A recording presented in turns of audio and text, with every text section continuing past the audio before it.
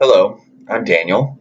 I'm going to tell a story today. This is from the collection called The Gateless Gate. This story is called The Buddha Holds Up a Flower. The Buddha holds up a flower. So, this takes place during the Buddha's life, and the Buddha would go around and give teachings, or rather, usually people would ask him, "Hey, give a teaching, please," and then he would give a teaching. Often it was people would ask him a question and he would answer that question, but in this time and place, he had, and this was 2,500 or so years ago, but in this time and place, he had all these people around him, and sometimes in the afternoon, he would just go up before the crowd and give a teaching. And they really liked that. They felt it was really helping them in their understanding. So this one day, a crowd is around, and the Buddha goes before the crowd, and the people are excited. They think, "Oh, we're going to get a wonderful teaching. I'm so happy the Buddha's going up in front of us. We're going to get a wonderful teaching. This is going to clarify our understanding. Maybe we'll all feel better, be more mindful, be more compassionate. Maybe this will bring us a lot of wisdom." So everybody's got incredible attention on this figure, the Buddha. Some of them have been following him around for a long time, and they've heard a lot of teachings. Okay. The Buddha, after what we call his awakening, he taught for another several decades, another 50 or 60 years. So he has something that sort of separates him from some other spiritual teachers who maybe weren't teaching very long.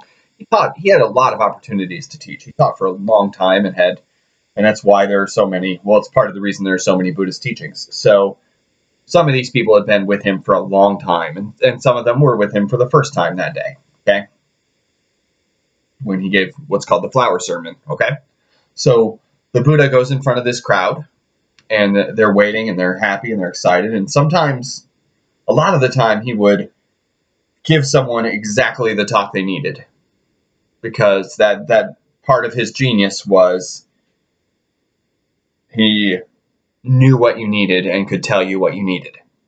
So a lot of the time he could see someone who is wise but maybe unfocused and wild, and he would direct them to concentration practices. He would just know that was what they needed. Or he would see someone who's really focused, but their focus is toward the wrong things maybe, and he would direct them more towards insight practices. And then he could also see someone who's very good at concentration and wisdom, but maybe not very nice to other people, and he would direct them to heart-centered practices. So it's said that was his genius. He always knew what teaching people needed all the time. And that's what I say. I don't say the Buddha was not a spirit. He was not a special being. He was just a genius. He was just a very smart and wise person. And that's, I feel, important to remember, because we get caught up thinking about him too much and sort of worshiping him a little bit. So, but he was just a genius. He was like you and me, but really smart and wise. So, but more importantly, he made some discoveries that we haven't really actualized yet. So, anyway, the Buddha goes before the assembly, and all the people are really excited, because that's what he would do. He would just stand up and then start giving a teaching. Sometimes in the afternoon. This was an afternoon. And some afternoons he would just stand up and start giving a teaching. So he gets up before the crowd. Everybody's watching. They have incredible attention upon him. And they're waiting and they're eager, and he's taking a minute to get started, and so they're kind of a little bit anxious. And he pulls out a flower. He's got a flower in his hand. And everybody's like, "Oh, a flower?"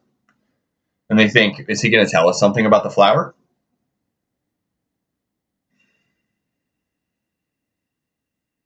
And he just twirls the flower in his hand, and he doesn't say anything. And enough time goes by that it's really awkward. And everybody's just looking at each other and they're like, what the fuck? Where's our teaching, right? I want to be wise. Why am I not hearing a teaching, right? So some people are disappointed. Some people are mad, like, we're paying attention for this. This is bullshit, right? And some people are just confused and lost.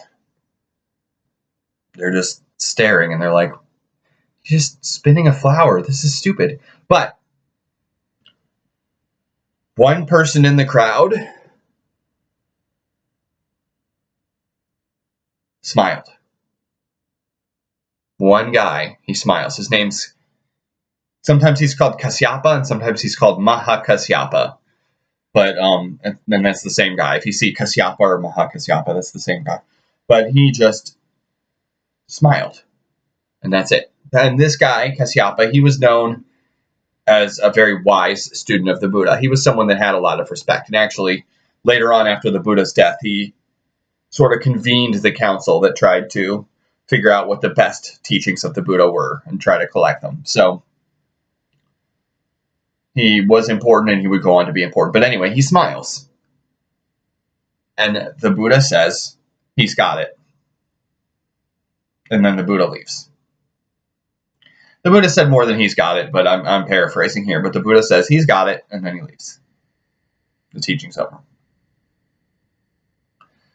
So when I first heard this story, I thought it sounded like real nonsense, right? It's really weird, right? Twirling a flower? But this is what happened.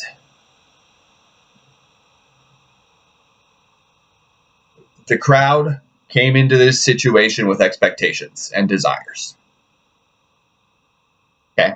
So people expected to hear a teaching like the ones they had heard before. They desired to hear an even better teaching because sometimes they were, sometimes the teaching is more moving and sometimes it's less moving, and they were really hopeful and eager and anxious and excited.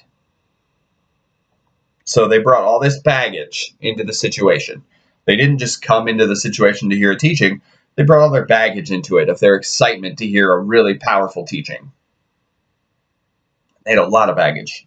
So all this crowd has all this baggage they're bringing into the situation. The Buddha's ready to give a teaching. They are carrying all this. They're thinking, yeah, is it going to be on emptiness? Is he going to teach about the six perfections? Is he going to talk about the hindrances, the thing that stop us in our practice? Is he going to talk about compassion or wisdom? What's he going to talk about?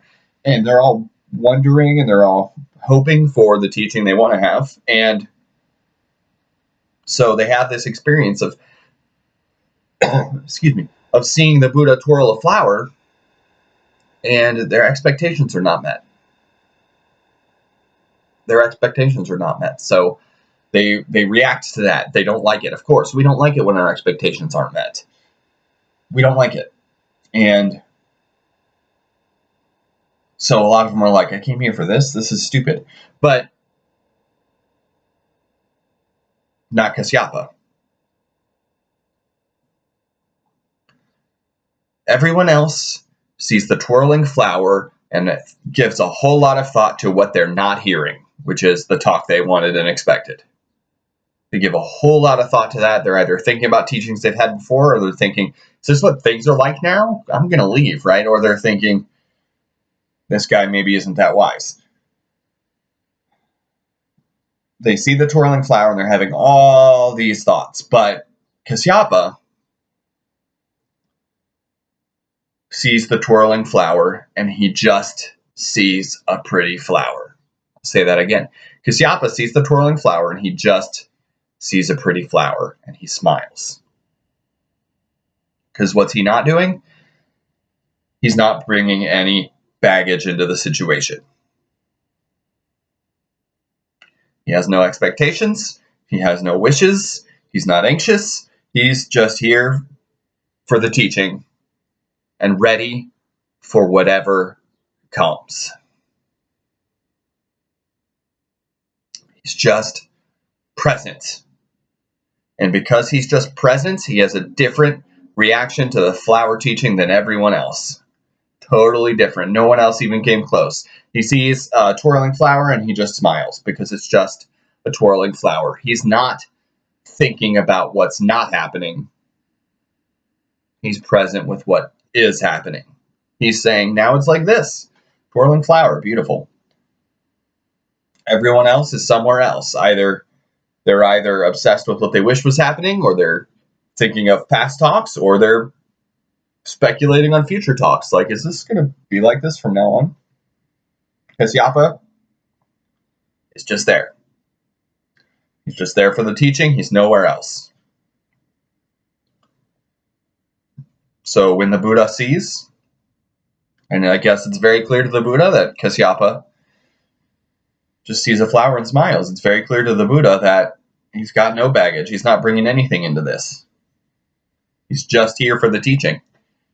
So the Buddha says, he's got it. I paraphrased that, but let me read you what the Buddha actually literally said.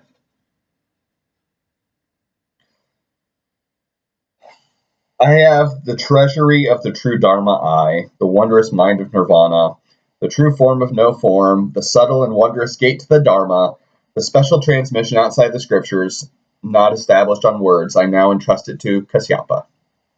That's heavy, right? So he's essentially saying, like, this guy has the same thing I do. This guy has the same thing I do. They could have... History would have gone differently if it was declared Kasyapa was the next Buddha or whatever.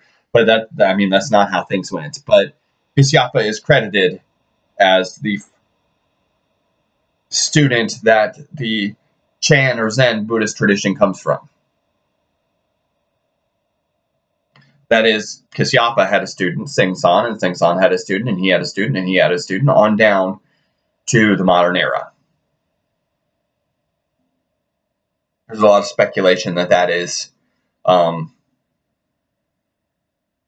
creative story, but we can learn a lot from it, whether it's literally true or not. So the Buddha held up a flower, Kasyapa smiled, the Buddha declared Kasyapa is awake like me. Just because in that moment, Kasyapa brought in no baggage. So what does this mean for us? Well, I think that it's important to think about because we bring baggage to a lot of situations.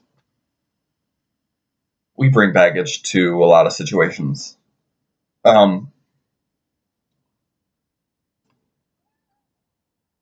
Without giving too much details, one of my kids, another kid was mean to him a long time ago, and he took it very hard. And to this day, sometimes, if a kid is mean to him in exactly the right way, it's like he's back there and he's upset. Even though it's not exactly the same, it's really not the same at all, but still, that baggage, he's holding on to it, right? He's holding on to it, and it's just stealing his joy. And it's very sad to watch, but that's the thing that happens to us too.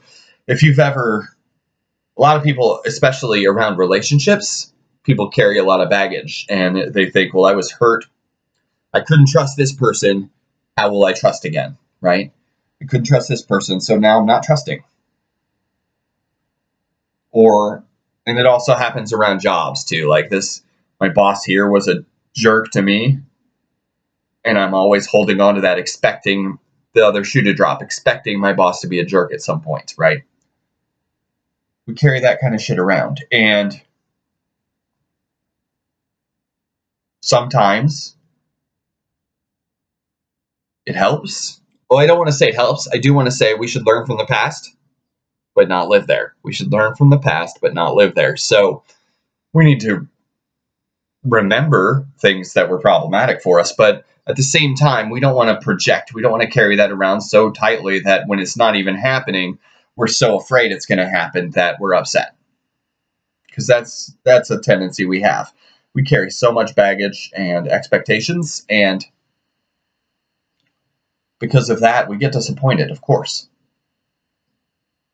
The world's not going to match your expectations. The world's not going to match your good expectations. It's not going to match your bad expectations. It's just not. The world is just going to unfold, and we just have to be ready to meet it however it is. We just have to meet it however it is. The best thing is if we can see a twirling flower and just see a twirling flower.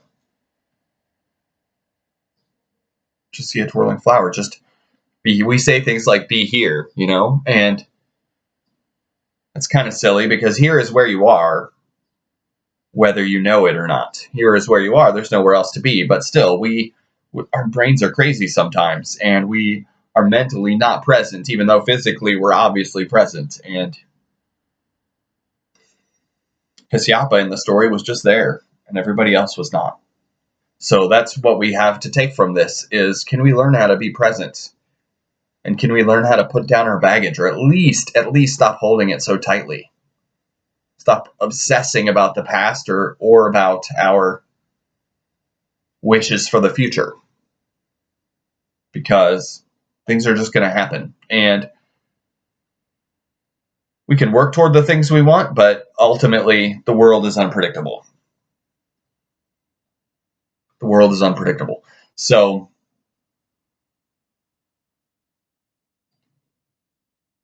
let's see if we can put down our baggage and kind of see the world as it is for a little bit. I think that's really the lesson in this.